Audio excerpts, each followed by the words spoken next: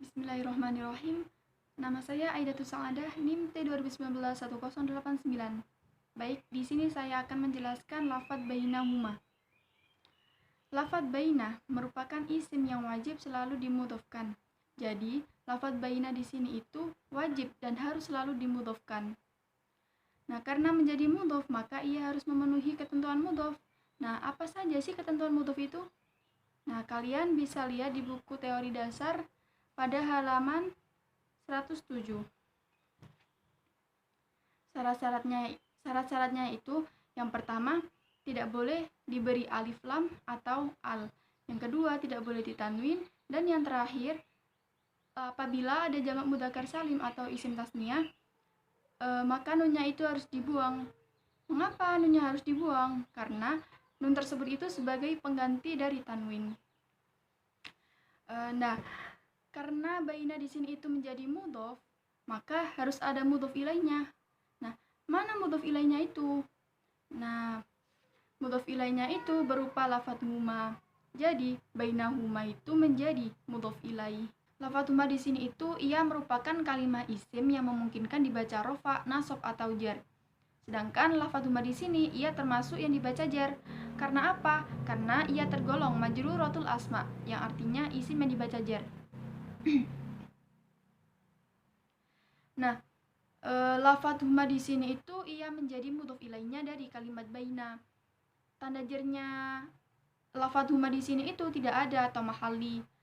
Nah, apa sih mahali itu? Mahali itu berarti tempat, karena ia termasuk dalam kategori al-asma al-mabniyah yang isim dhamir atau isim yang jelas. Selanjutnya, lafadz bainahuma yang merupakan dhorof yang jatuh setelah isim mausul ma berkedudukan sebagai silat mausul dari isim mausul ma. Nah, maksudnya di sini itu bainahuma ia menjadi dhorof karena ia jatuh setelah isim mausul ma. Nah, sedangkan ma di sini itu merupakan isim mausul yang berkedudukan sebagai silat mausul. Nah, sedangkan silat mausul yaitu berarti perantara. Selanjutnya yaitu muta'alaq istaqarra dari siful jumlah. Lafadz bainahuma menjadi silat mausul dari isim mausul ma. Jadi, silat mausulnya itu berupa muta'alaq, yaitu istaqarra. Nah, apa sih muta'alaq itu? Muta'alaq adalah sesuatu yang membuat jar majrur atau dhorof menjadi jelas atau dapat difahami. Karena menjadi silat mausul, maka ia termasuk jumlah yang tidak memiliki kedudukan i'rab. Jadi, istaqarra di sini itu ia tidak memiliki kedudukan i'rab atau al-jumalul lati la mahalla laha minal i'rab. Dhamir mustatir jawazan berupa huwa yang terdapat dalam istaqarra yang kembali kepada isim mausul ma menjadi aid dari isim mausul ma. Jadi, istaqarra itu menyimpan dhamir, yaitu dhamir mustatir jawazan. Nah, apa sih dhamir mustatir jawazan itu? Kalian bisa lihat di buku teori dasar pada halaman 94. Dhamir mustatir jawazan adalah kata ganti yang tidak wajib tersimpan dalam sebuah kalimat fi'il, yaitu kalau dijelaskan itu berupa huwa dhamirnya, di mana lafadz huwa itu kembali kepada lafadz ma dan isim dhamirnya itu menjadi aid dari isim mausul ma.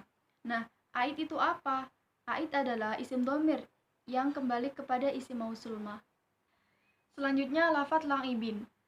Lafadz la'ibin di sini merupakan kalimat isim sehingga ia bisa jadi dibaca rofa, nasab atau jar.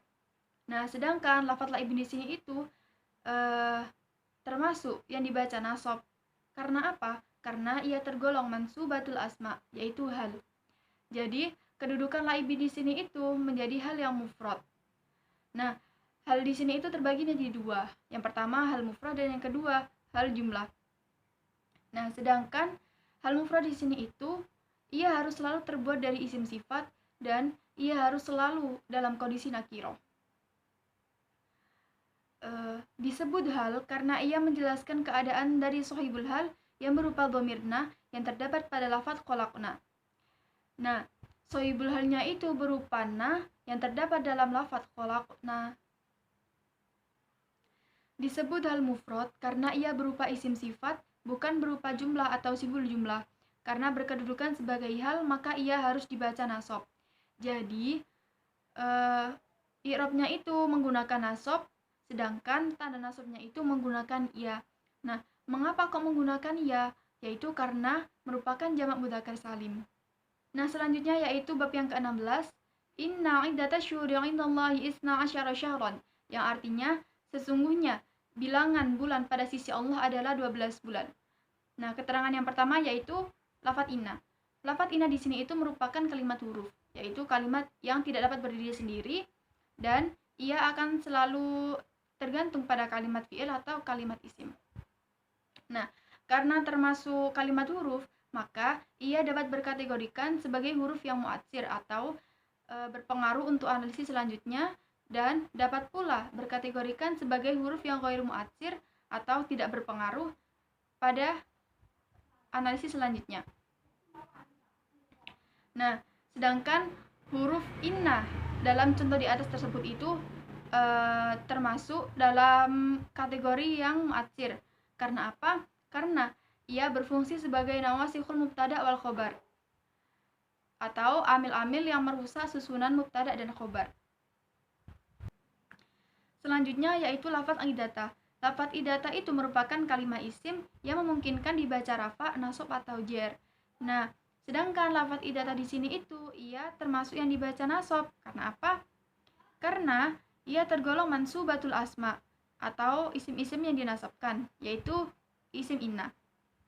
Nah, disebut isim inna karena ia merupakan mubtada dalam jumlah ismiyah yang dimasuki inna. Lafadz idata ini merupakan isimnya inna. Nah, kenapa kok dikatakan isimnya inna? Yaitu karena idata ini termasuk mubtada yang ismiyah yang kemasukan inna. Nah, maka dari itu ia dinamakan isimnya inna.